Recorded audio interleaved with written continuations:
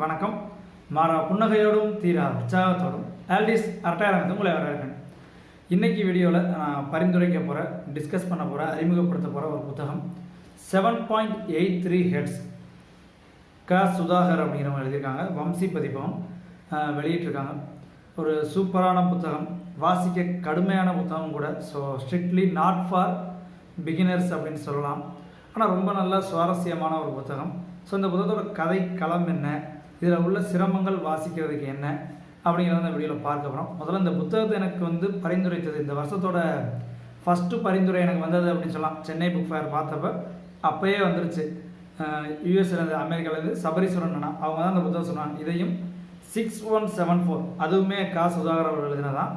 6174 அதுக்கு பிறகு இந்த 7.83 ஹெட்ஸ் இந்த ரெண்டு புத்தகத்தையும் அவர் தான் பரிந்துரைத்தார்.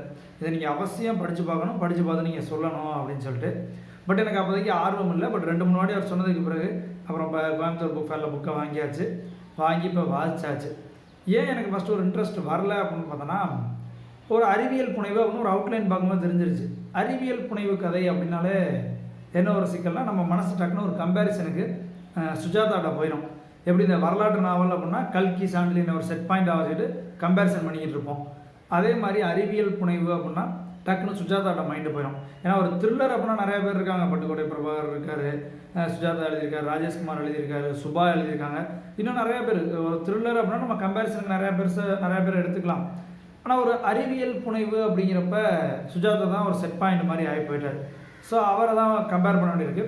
அது மாதிரி சுஜாதா வழியில் எழுத வந்தவங்க சுஜாதா மாதிரி எழுதியிருக்காரு அப்படின்லாம் ஒரு சில புத்தகங்கள் இதுக்கு முன்னாடி படித்து ஏமாற்றம் தான் அடைஞ்சிருக்கேன். இது ஏன்டா அப்படி ஒன்றும் செட் ஆகலை அப்படின்ட்டு கடுப்பில் அந்த எதனால இந்த அறிவியல் புனைவு கதைனா தொடரதே கிடையாது, வேண்டாமே என்னது நல்லாயிருக்கும் அப்படின்ட்டுன்னு. ஸோ அப்போ இந்த புத்தகத்தையும் ஒரு அறிவியல் புனைவு அப்படின்னு ஒரு அவுட்லைன் தெரிஞ்சதுக்கு பிறகு இதை படிக்கணுமா அப்படின்னு ஒரு விருப்பமின்றி எடுத்தது தான் அப்படின்னு சொல்லலாம். சரி, இருந்தாலும் ஒருத்தவங்க சொல்கிறாங்க, அதுவும் வருஷத்தோட முதல் பரிந்துரை அப்படின்னு சொல்லிட்டு தான் எடுத்து படிக்க ஆரம்பித்தேன். ஆரம்பத்தில் ஒரு 4-5 பேஜுமே கொஞ்சம் தடுமாற்றமாக அப்படி போச்சு. அதற்கு பிறகு கதை சூப்பராக வேகப்படுத்த போச்சு. ஸோ என்ன கதையில் இருக்குது, என்னென்ன சிக்கல்கள் இருக்குது அப்படிங்கிறத பார்ப்போம். அதுக்கு முன்னாடி மறக்காமல் சேனலை சப்ஸ்கிரைப் பண்ணுங்கள். அப்புறம் புத்தக வாசிப்பில் ஈடுபாடுள்ள உங்கள் நண்பர்கள் அனைவருக்கும் கண்டிப்பாக நம்ம சேனலையும் பரிந்துரை பண்ணுங்கள். உங்களுடைய கமெண்ட்ஸையும் கண்டிப்பாக கமெண்ட் செக்ஷனில் போடுங்க. 7.83 ஹெட்ஸ். ஸோ அந்த தலைப்பு தான் கதையே கூட. அதன் அடிப்படையில் தான் மொத்த கதையுமே இயங்கிக்கிட்டு இருக்குது. இப்போ எப்படி சிம்பிளாக ஒரு கதைக்களத்தை சொல்லலாம் அப்படின்னு பார்த்தோன்னா, ஒரு பேரழிவை நிகழ்த்த ஒருத்தவங்க நினைக்கிறாங்க. ஒரு குறிப்பிட்ட மனிதர் நினைக்கிறார் ஒரு பேரழிவை. இது கதையோட தொடக்கத்தை இந்தியாவில் தான் அந்த பேரழிவு பிளான் பண்ணப்படுது. பட் இந்தியா மட்டும் டார்கெட் கிடையாது. இந்தியாவுக்கு பிறகு பல நாடுகளில் அந்த அழிவை நிகழ்த்தணும் அப்படிங்கிறது டார்கெட். ஸோ ஒரு பேரழிவை நிகழ்த்தணும், அதை தடுக்கிறதுக்கான ஒரு குழு மறுபக்கம். இந்த பக்கம் அழிக்க நினைக்கக்கூடிய ஒரு குழு அல்லது ஒரு மனிதன், இந்த பக்கம் தடுக்க நினைக்கக்கூடிய ஒரு குழு.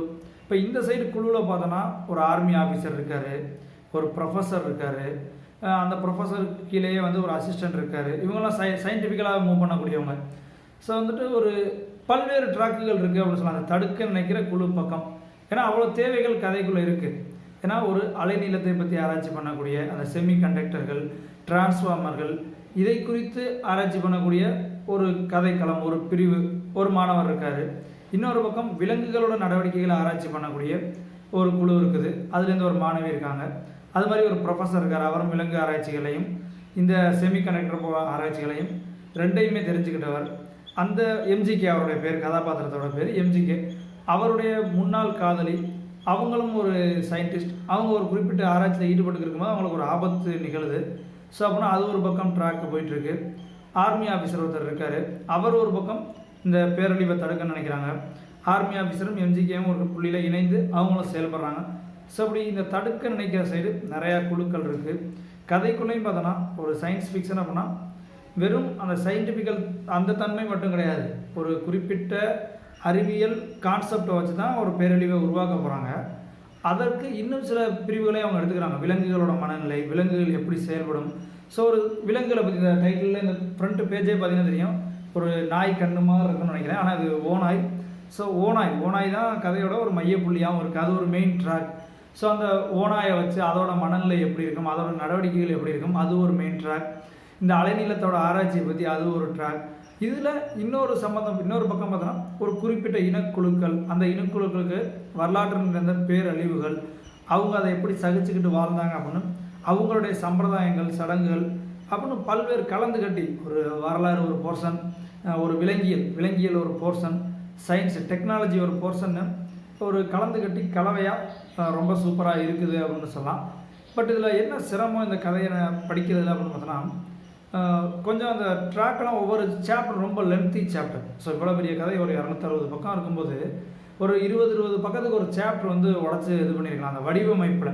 இப்போ இந்த மொதல் சாப்டர் மட்டும் பார்த்தோன்னா சாப்டருக்கிறக்கா 1 to 3 நம்பர்லாம் போட்டுக்க மாட்டாங்க, அந்த பிரிவு பிரிச்சிருப்பாங்க. ஸோ இந்த மொதல் சாப்டர் மட்டும் ஒரு 94 பக்கம் போகும். ஆனால் இப்போ இந்த 94 பக்கமும் ஒரே ஒரு ட்ராக்கை பற்றி பேசிட்டான்னா அதுக்குள்ளே பல ட்ராக் வரும். ஆனால் 94 பக்கமும் ஒரே சாப்டருக்குள்ளே இருக்கும். ஸோ நம்ம ஒரு பேராகிராஃப் முடியும் போதே அடுத்த பேராகிராஃப் வந்துட்டு வேறு ஒரு ட்ராக்காக இருக்கும். நமக்கு டக்குன்னு ஃபஸ்ட்டு புரியாது, ஏன்னா எதையோ போல சொல்லிட்டு இருந்தாங்க, திடீர்னு வேறு என்னத்தையோ பேசியிருக்கேன்ற மாதிரி இருக்கும். ஸோ ஒரு ட்ராக் முடிஞ்சு இன்னொரு ட்ராக் அங்கே ஆரம்பிச்சிருக்கும். ஸோ வடிவமைப்பில் இந்த சிக்கல் இருக்குது. ஒரு 20 பக்கமாக பிரித்து கரெக்டாக கொண்டு போய் தான் ஈஸியாக இருந்திருக்கும்.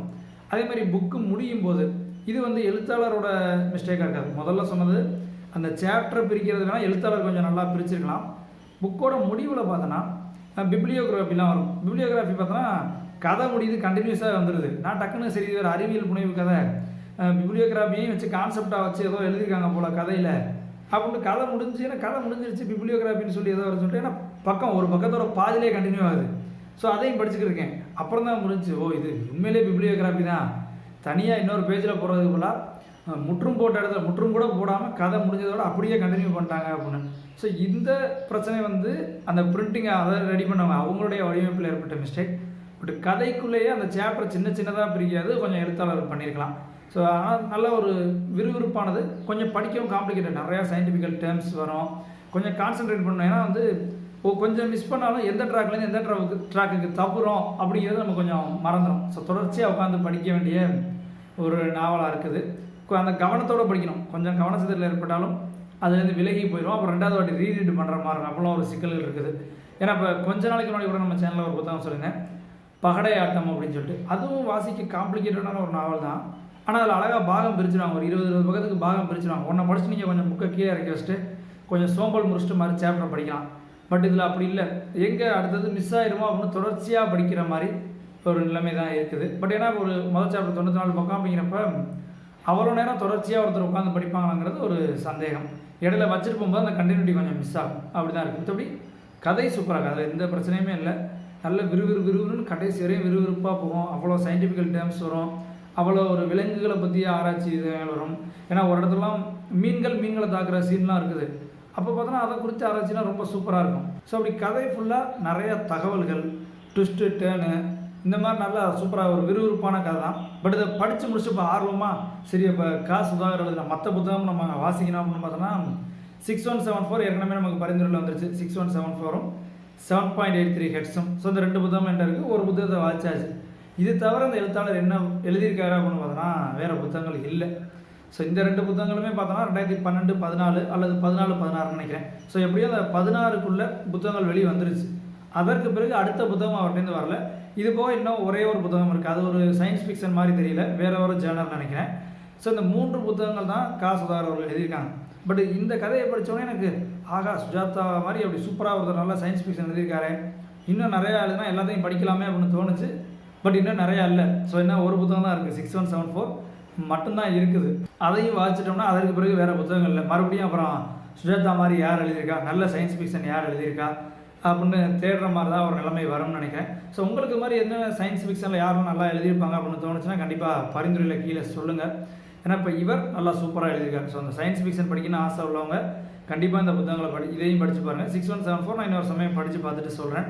இதை பரிந்துரை செய்த சபரீஸ்வரன் அண்ணா அவருக்கும் ஒரு மிகப்பெரிய நன்றி.